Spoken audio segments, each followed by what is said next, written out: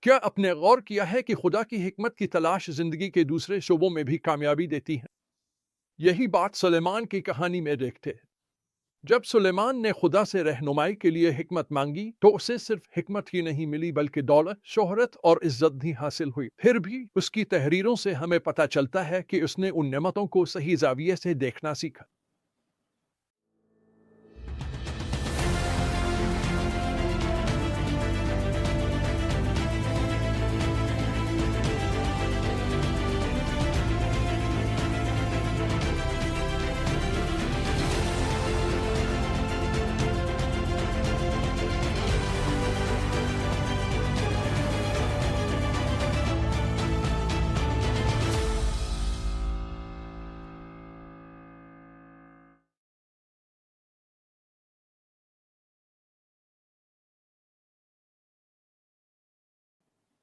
سلیمان کی حکمت کی وسعت حیران کن تھی۔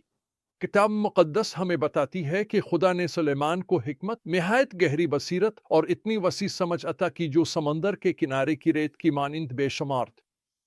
یہ صرف نظری علم نہیں تھا، یہ عملی حکمت تھی جو زندگی کے ہر شعبے کو چھوتی تھی۔ اس نے فطرت پر بات کی، دیودار درختوں سے لے کر حسوب پودوں تک۔ اس نے 3000 امثال لکھی اور 1000 گیت تخلیق کیے۔ اس کی شہرت اتنی دور تک پھیل گئی کہ لوگ تمام قوموں سے اس کی حکمت سننے آتے تھے۔ لیکن جو بات خاصا دلچسپ ہے وہ یہ ہے کہ سلیمان نے اس حکمت کو عملی طور پر کیسے استعمال کیا۔ ہم دیکھتے ہیں کہ وہ بڑے تعمیری منصوبے سنبھالتا ہے، تجارتی تعلقات ترتیب دیتا ہے اور ہیکل کی عبادت کو داؤد کے طریقے پر منظم کرتا ہے۔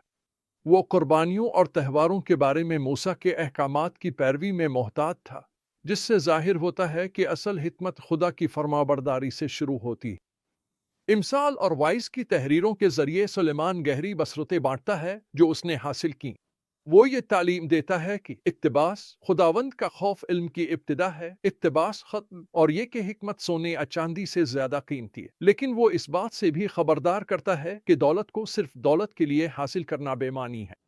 وائز میں وہ ایک شخص کو دیکھنے کا ذکر کرتا ہے جس کے بارے میں وہ کہتا ہے نہ اس کا بیٹا تھا نہ بھائی، پھر بھی اس کی محنت کا اختتام نہ تھا۔ یہ بھی بے معنی ہے، افسوسناک معاملہ ہے۔ اس کی سب سے گہری مشاہدات میں سے کچھ یہ ہیں کہ زندگی میں اصل میں کیا اہم ہے۔ وہ لکھتا ہے بہتر ہے سوکھی روٹی اور بہ-نسبت گھر میں ضیافت اور جھگڑا، بہتر ہے تھوڑا اور خداوند کا خوف بہ-نسبت بڑی دولت اور بے چینی۔ اقتباس ختم۔ یہ صرف خوبصورت اقوال نہیں ہیں بلکہ وہ بصیرتیں ہیں جو ایک شخص نے محنت اور تجربے سے حاصل کی، جس نے نہ صرف بے مثال کامیابی دیکھی بلکہ اس کے ممکنہ نقصانات بھی جھیلے۔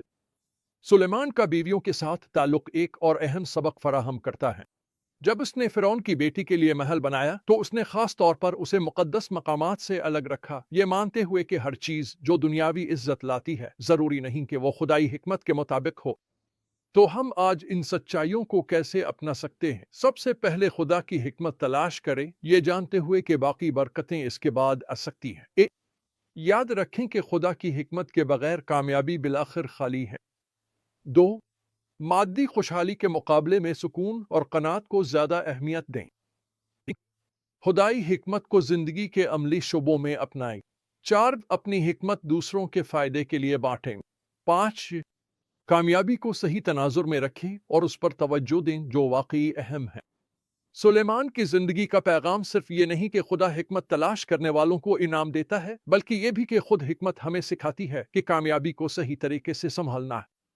ان کی مثال ہمیں یہ دکھاتی ہے کہ اصل حکمت اس سے نہیں ناپی جاتی کہ ہم کتنا جانتے ہیں یا کتنی اچھی زندگی گزارتے ہیں۔ قابل غور ہے کہ اپنی تمام کامیابیوں کے باوجود سلیمان کی سب سے پائیدار میراث نہ اس کی دولت ہے نہ اس کے تعمیراتی منصوبے۔ یہ وہ حکمت ہے جو اس نے اپنی تحریروں کے ذریعے بانٹی۔ اس کے اقوال ہزاروں سال بعد بھی لوگوں کی رہنمائی کر رہے ہیں اور ہمیں یہ سکھاتے ہیں کہ خدا کی حکمت پر مبنی زندگی کا اثر ہمیشہ دنیاوی کامیابی پر مبنی زندگی سے زیادہ دیر پا ہوتا ہے۔ میں نے حال ہی میں اپنے پادری کو یہ کہتے سنا کہ وراثت چھوڑنے اور میراث چھوڑنے میں فرق ہے۔ وراثت میں وہ مادی چیزیں شامل ہیں جو ہم اپنی اولاد اور پوتے پوتیوں کو چھوڑتے ہیں، لیکن میراث اس سے زیادہ ہے۔ یہ وہ زندگی کی سچائیاں ہیں جو ہم آنے والی نسلوں کو منتقل کرتے ہیں۔ سلیمان کی طرح بنی اور ایک اچھی میراث چھوڑے۔